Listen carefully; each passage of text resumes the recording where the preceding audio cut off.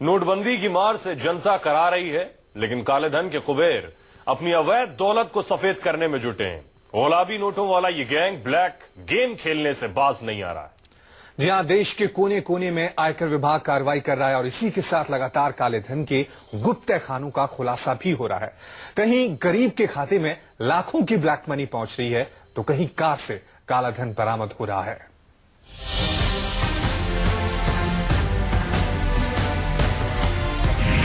नोटबंदी के 43 दिन बीत चुके हैं, लेकिन काले धन के कुबेरों का खजाना अब तक खाली नहीं हुआ है।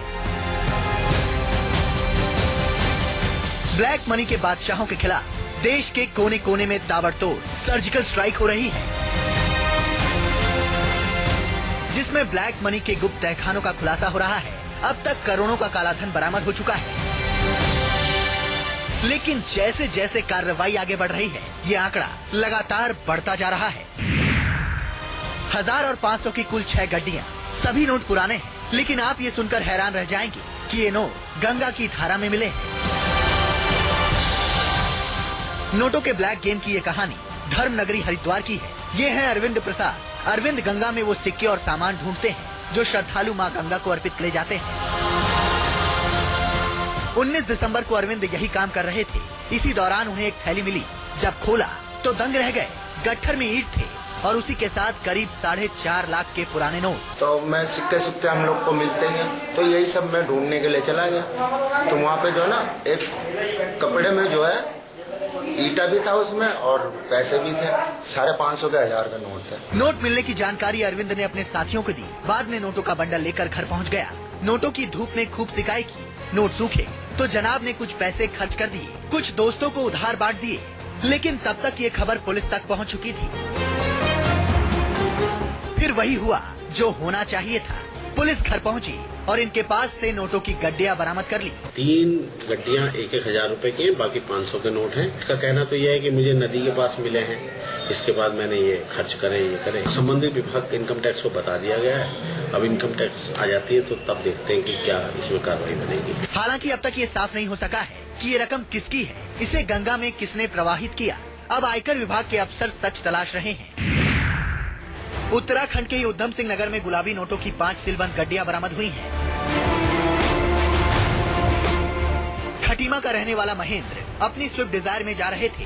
पुलिस ने चेकिंग की तो कार से 9 लाख के नई गुलाबी नोटों की गड्डी मिली। पुलिस ने कैश के बारे में पूछताछ की तो महेंद्र कोई वाजिब जवाब नहीं दे पाया, लिहाजा उसे गिरफ्तार कर लिया गया। आरोपी महेंद्र प्रॉपर्टी डीलिंग का काम करता है। वो ईंट का भट्टा भी चलाता है। पुलिस ने अब महेंद्र को नकदी के साथ आयकर विभाग के हवाले कर दिया है। नोटबंदी के बाद से नकली नोटों का काला धंधा भी चरम पर है। उधर बाजार में नए नोट आए नहीं कि नोटों के नटवर लालों ने जाली नोटों की छपाई शुरू कर दी। टेबल पर 500 के नए नोट की गड्डी देखने में इतने असली लग रहे हैं कि बड़े से बड़े पारखी भी धोखा खा जाए, लेकिन असल में ये नोट नकली है। ग्वालियर में इन्हीं जाली नोटों के साथ 2 जालसाज सलाखों के पीछे पहुंच चुके हैं। हजारी इलाके में पान की दुकान पर एक आरोपी 500 का नकली नोट चला रहा था। तभी दुकानदार ने पकड़कर उसे पुलिस के हवाले कर दिया। इसके बाद उसका दूसरा साथी भी पुलिस के हत्थे चढ़ गया। इनके पास से 13,000 के जाली करेंसी बरामद हुई है। सूचना प्राप्त होने पर थाने द्वारा तस्दीक कराई गई। पुलिस टीम गई तो उनके पास से कुछ नोट प्राप्त हुए, जिनको भी देखने पर समझ में आया कि ये नकली है, और इसलिए पुलिस ने उस पर कार्रवाई करते हुए आरोपी को गिरफ्त में लिया और उसके पास से जब्त भी किए हैं। 100 के डिनोमिनेशन के नोट हैं और 500 के नोट हैं। जो 500 का नया नोट है उसके डिनोमिनेशन के नोट्स हैं। आरोपियों के नाम पवन और आशुतोष है। अब पुलिस जैकी और बबलू नाम के आरोपियों की तलाश में जुट गई है। ये दोनों इस रैकेट के सरगना है। ये है अंजू देवी। बनारस के पास मंडुआडीह में रहती है। पति रोज 200 रुपए ही कमा पाते हैं, लेकिन अब मंजू लखपति बन चुकी है। जी हाँ, अंजू के खाते में रातों रात 81 लाख रुपए आ गए। पैसा निकालने गए तो वहाँ पर पैसा निकाल लिए तो हम पूछे कि इसमें कितना पैसा बचा है हमारा, तो बोल रहे हैं कि आपके खाते में पासबुक पर इतना पैसा बता रहा है, खाते में इतना पैसा बता रहा है। 86 लाख। अंजू एटीएम से पैसे निकालने गई थी। 2,500 निकाल भी लिए थे, लेकिन जब खाते का स्टेटमेंट देखा तो चक्कर आने लगा। अब अंजू बेहद परेशान है। अब गांव में इस बात की चर्चा चरम पर है। कोई कह रहा है कि अंजू को पीएम ने तोहफा भेजा है, तो कोई कह रहा है कि ये काली करेंसी है। वो रोज जुटाते थे तो एक बार पैसा हुआ था तब 20,000 के हम पैसा जमा करते थे। अब जांच की जा रही है कि आखिर लाखों का ये धन अंजू के अकाउंट में कैसे पहुंचा। आखिर गुलाबी नोटों का ये ब्लैक गेम किसने किया। हरिद्वार से पंकज, उधम सिंह नगर से कमल और ग्वालियर से जावेद के साथ वाराणसी से पीयूष आचार्य की रिपोर्ट। गुलाबी नोटों के गोलमाल में सिर्फ राजनेता और कारोबारी ही शामिल नहीं है, बल्कि बैंक भी शामिल हैं। ये बैंक हैं छोटे, लेकिन इसमें काले धन का बड़ा घपला हो रहा है। जी हां, महाराष्ट्र से लेकर राजस्थान तक कोऑपरेटिव बैंक का काला खेल जारी है। सतारा के कोऑपरेटिव बैंक में गलत तरीके से पैसे जमा करवाए गए तो जयपुर के कोऑपरेटिव बैंक में 16 करोड़ का घोटाला हो गया।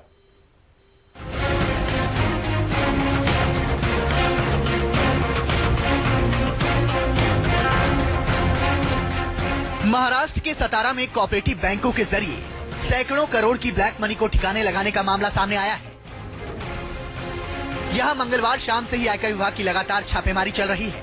सतारा के डीसीबी बैंक यानी डिस्ट्रिक्ट कोऑपरेटिव बैंक में नोटबंदी के बाद 600 करोड़ रुपए जमा कराए गए हैं। इस रकम को बाद में महाराष्ट्र स्टेट बैंक में ट्रांसफर कर दिया गया। इससे आयकर विभाग और दूसरी एजेंसियों के होश फाख्ता है। डीसीबी बैंक के हेड ऑफिस में हर कागजात को खंगाला जा रहा है। पहली नजर में यहाँ बड़ी गड़बड़ी की बात सामने आई है। बैंक के कई कमरों को सीज कर दिया गया है, कई संदिग्ध खातों को सीज कर दिया गया है। आयकर विभाग की टीम सारे सीसीटीवी फुटेज को बारीकी से खंगाल रही है। देर शाम तकरीबन 6 बजे के करीब में इनकम टैक्स विभाग के 12 अधिकारियों ने छापेमारी की। छापेमारी के बाद जांच में पाया गया कि 8 नवंबर से लेकर अब तक तकरीबन 600 करोड़ रुपए इस बैंक में जमा कराए गए। वहीं कई ऐसे बैंक खाते भी हैं जिसमें करोड़ों रुपए का ट्रांजैक्शन अवैध रूप से किया गया। सबसे चौंकाने वाली बात यह है कि इस बैंक में जमा पैसे इसकी mother bank Maharashtra state bank में 500 करोड़ रुपए ट्रांसफर हुए। वहीं इस बैंक के वाइस प्रेसिडेंट सुनील माने का कहना है कि एक रूटीन जांच है। करीब 315 ये ब्रांचेस है। उस ब्रांचेस में से 315 ब्रांचेस में से करीब 309 करोड़ रुपए किसानों का जमा होगा। ये कैसा जमा होगा, इसका ये लोग जानकारी ले रहे हैं। दूसरी ओर स्थानीय शिवसेना नेता हनुमंत चौरे का आरोप है कि इस बैंक में नोटबंदी के बाद से बड़े पैमाने पर धांधली हुई है। 8 नवंबर से 13 नवंबर तक 400 करोड़ रुपया इस बैंक में जमा हुए। वो पैसा तो खेती करने वाला शेतकरी का नहीं है, वो 100% ये राज्यकर्ताओं का पैसा है और उन्होंने ये बैंक के माध्यम से वाइट किया है। महाराष्ट्र में 31 कोऑपरेटिव बैंक हैं। सतारा के साथ ही पुणे और मुंबई के कोऑपरेटिव बैंकों में सबसे ज्यादा पैसे जमा हुए हैं और अब ये तमाम बैंक आयकर विभाग और ईडी सहित तमाम एजेंसियों के रडार पर है। जयपुर के सहकारी बैंक में भी 16 करोड़ का घपला सामने आया है। घोटाला ऐसा जिसे सुनकर आप चौंक जाएंगे। एसओजी के हत्थे चढ़े इन घपलेबाजों ने न सिर्फ कोऑपरेटिव बैंक पर अपना कब्जा जमा लिया, बल्कि बैंक के जरिए अपनी ब्लैक मनी को वाइट कर लिया। अफसरों के मुताबिक घोटाले का मास्टरमाइंड अभिषेक जोशी नाम का शख्स है। अभिषेक ने बैंक के चेयरमैन और सीईओ को रिश्वत देकर अपने साथ कर लिया। इसके बाद उसने अवैध तरीके से अपने पिता को बैंक का चेयरमैन बना दिया, साथ ही भाई को डायरेक्टर के पद पर बिठा दिया। फिर शुरू हुआ नोटों का खेल। आरोपियों ने बैंक में 92 फर्जी खाते खोले और हर खाते पर 9-9 लाख का लोन ले लिया। इस तरीके से आरोपियों ने करीब 8 करोड़ 28 लाख का गबन कर डाला। और सहकारी बैंकों की हकीकत यह है कि नोटबंदी यानी 8 नवंबर के लगभग 5 से 6 दिन के अंदर इन बैंकों में लगभग 9,000 करोड़ रुपए जमा कर दिए गए। यही वजह थी कि सहकारी बैंकों में 500 और 1000 के नोट जमा करने पर पाबंदी सरकार ने लगाई। असलन नोटबंदी की कामयाबी की बड़ी वजह 2 कड़ियां थी, एक बैंक और दूसरे आम लोग। आम लोग लाइनों में लगे लेकिन बैंक धोखा दे गए। यानी भ्रष्टाचार को खत्म करने के लिए जो मुहिम चलाई गई थी, उस मुहिम के जरिए ही लोगों ने काले से फिर काला कमाने का तरीका अपना लिया।